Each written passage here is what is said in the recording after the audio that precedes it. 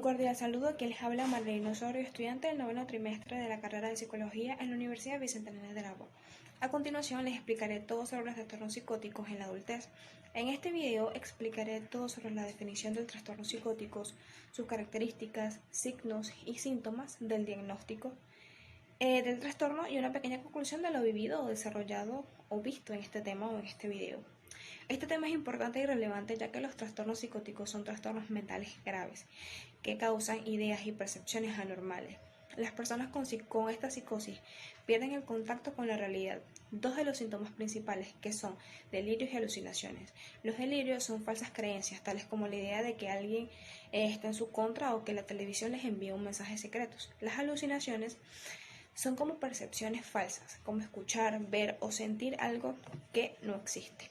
La esquizofrenia es un tipo de trastorno psicótico.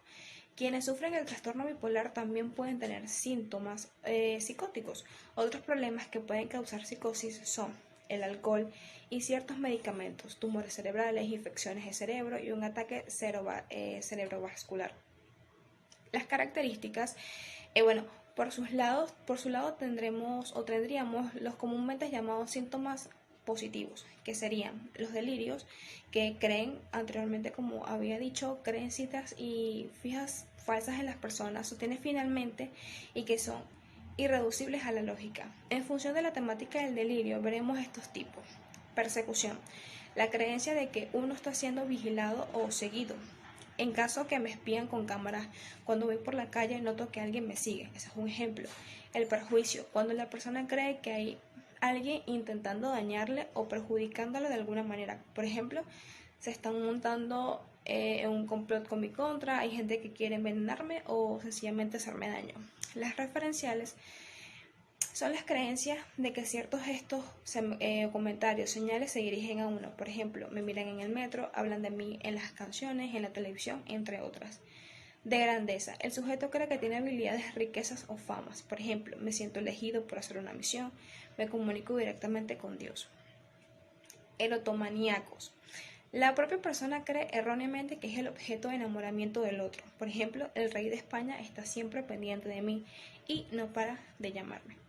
Celotípicos. Sospecha que está siendo engañado por su pareja. Por ejemplo, mi marido está viendo con otra o olí su chaqueta y tenía un perfume de mujer. Nihilistas. Suponen la convicción de que sucederá una catástrofe. Somáticos. Se centran en preocupaciones referenciales o de referentes a la salud y funcionamiento de sus órganos. Por ejemplo, creo que parte de mi cuerpo se desvanece o cambia de alguna forma que no me funciona, y el intestino desde hace meses. Por otro lado, en función de la credibilidad, se divide en extravagantes, que si son claramente como inverosímiles, incomprensibles y proceden de experiencias de una vida corriente, como por ejemplo, creer ha sido poseído por los extraterrestres, que están manipulando su cuerpo, delirios de control, que los propios pensamientos han sido robados, fenómenos del robo o del pensamiento, o que sencillamente le han inducido pensamientos ajenos, que sería inserción del pensamiento. No extravagantes, serían más que todo verosímiles y podrían ser experiencias en la vida cotidiana, como por ejemplo la creencia de que está siendo vigilado por la policía, a pesar de la ausencia de pruebas convincentemente de ser de un delirio.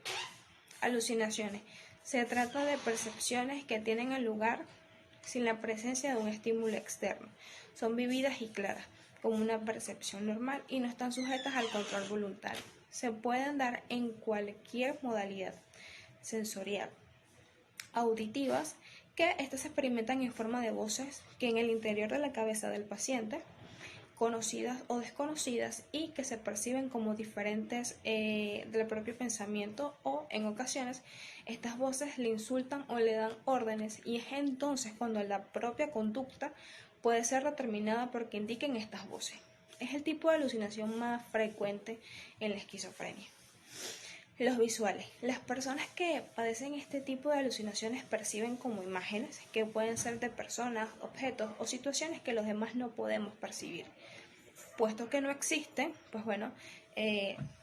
táctiles o senestéticas. Son anormales en el cuerpo sin que nadie les esté tocando. Olfativas. Se perciben con olores extraños. gustativas, la sensación de degustar sabores diferentes a los habituales, y de pensamiento discurso desorganizado. El paciente puede cambiar de un tema a otro, descarrilamiento, o sea, responder sin tener ningún tipo de relación con la cuestión, tangencialidad, o tener un discurso tan desorganizado que puede ser incomprensible. Comportamiento o motor muy desorganizado o anómalo, incluida la catatonía. Puede abarcar desde las conductas infantoloides que la agitación.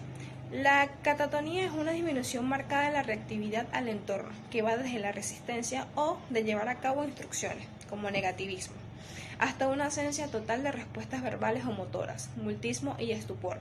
Aunque la catatonía se asoció históricamente con la esquizofrenia, estos síntomas también pueden padecer de otros trastornos mentales y patologías médicas. Síntomas también que pueden padecer en otros trastornos mentales y patologías médicas. Por otro lado, pueden darse los síntomas NEG, que son negativos. Tienen una representación importante en la esquizofrenia, pero también están presentes, aunque de forma menos prominente, en otros trastornos psicóticos. Dentro de ellos tendríamos la expresión emotiva y disminuida, disminución de las expresiones de las emociones, como su título lo dice exactamente.